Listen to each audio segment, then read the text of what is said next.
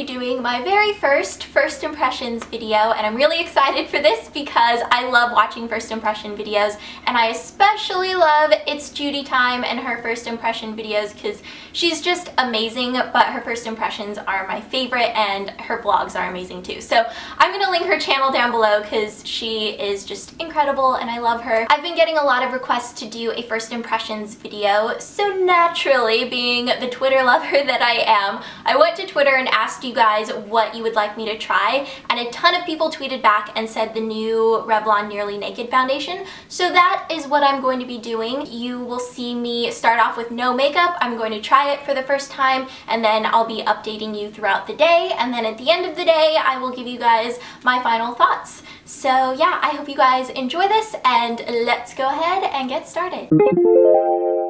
Okay, so it is 8:25 in the morning right now, and yes, that is a picture of Nugget at Christmas time. I love this picture. He was making like an Ermagerd face, and I just thought it was hilarious, so now that is my lock screen wallpaper. So I just prepped my face as I normally would before putting on my makeup, and I use my Embryolisse 24-hour Miracle Cream as my facial moisturizer, my Smashbox Photo Finish Light, which is my favorite primer, and then the Bobbi Brown Extra Eye Repair Cream. Now it is time for the foundation, and I'm going to be using Revlon's Nearly Naked in the color 130 Shell, and this foundation is supposed to blend seamlessly into your skin. It's supposed to like melt into your skin, and it's not supposed to feel heavy or cakey or greasy, and it's supposed to look really natural. So I'm excited to try this out. It's a new foundation that's been out for a little while, and here we go, I guess. Oh, first of all, there is tape here on the packaging, so I guess I should get that off before I try to open it up. And it just took off a chip of my nail polish too. But I got it, so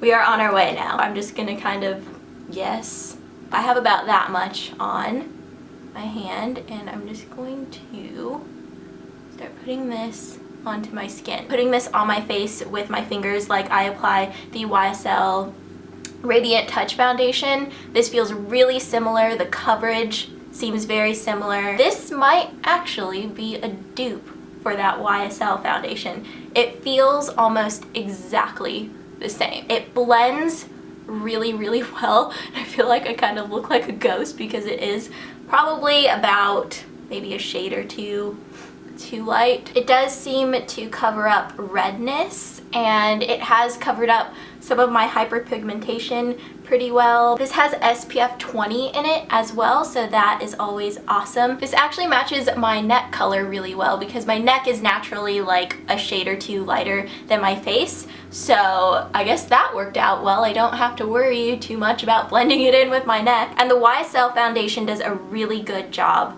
at like brightening up your skin, making you look really radiant, but also covering up like the darkness underneath my eyes. This foundation does a really good job of that too. I really, really like how this feels. It literally feels like I'm not wearing anything. So far, I am very pleased with the coverage. Like, it has covered up some of my hyperpigmentation. The darker spots like this one here and here are still showing through a little bit, but it's nothing that a little concealer won't cover. So I have the rest of my makeup on now, and I'm feeling pretty good about this foundation. I really, really love how it feels because it basically feels like I have nothing on my face, which is amazing, and I love that. And I really like the coverage, and the color turned out pretty well once I put blush and bronzer on, and as you can see, it matches my natural neck color. I set this with the Revlon Nearly Naked powder, which I've been using for the past week, maybe just under a week, and I really, really like this powder. So I guess that's pretty much it for now. I will keep you guys updated throughout the day and let you know how the foundation is wearing and all of that. So yeah, I will see you guys later. Okay, so it is now 11:01 in the morning, and I have been wearing this for a little bit over 2 hours now, and so far everything feels really good. It doesn't feel like it's slipping and sliding all over my face. I don't feel like I'm oily, so I'm just actually gonna pull this mirror down right here because I'm sitting with some natural light coming in, and now that I can actually see this in natural light, I like it even more. It really doesn't look like I'm wearing any makeup. It's not settling into like any weird areas on my face. I'm not feeling or looking shiny, and it just looks really good. So I'm really impressed with this so far, and 2 hours, a little bit over 2 hours in, and we're going strong. I'm here now with Mr. Luke. Hello. And do you want to show what time it is right now? It is 4:17 Samoyed Central. Cute puppies.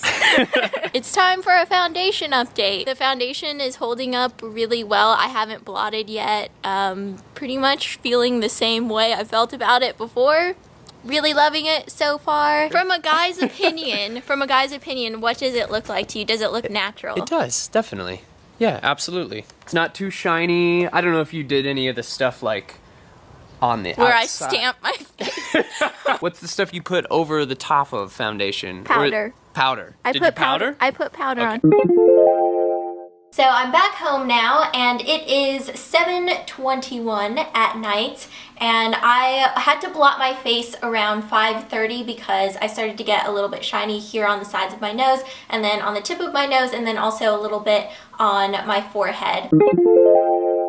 So for my final thoughts, when I try out a new foundation, I usually look at 4 different things: the coverage, the lasting power, the packaging, and how it feels on my skin. First off, for coverage, this covers really, really well. It's very buildable, and you get light to medium coverage out of it, which I like, so you have a variety. You can put on a really thin layer and kind of use it as a tinted moisturizer, or you can put a little bit more on and get some more coverage out of it, but it's not a full coverage foundation. For lasting power, this is also excellent. I've had this on for just under 12 hours, and I feel like it's lasted really well on my skin. It didn't separate throughout the day until the very end, and it's still something that you can deal with because unless you are looking really, really closely at somebody's skin, you're not gonna notice it. So for packaging, this is where I'm gonna have to knock off a couple points just because the packaging isn't excellent. It's just kind of okay and average. You twist off the top here,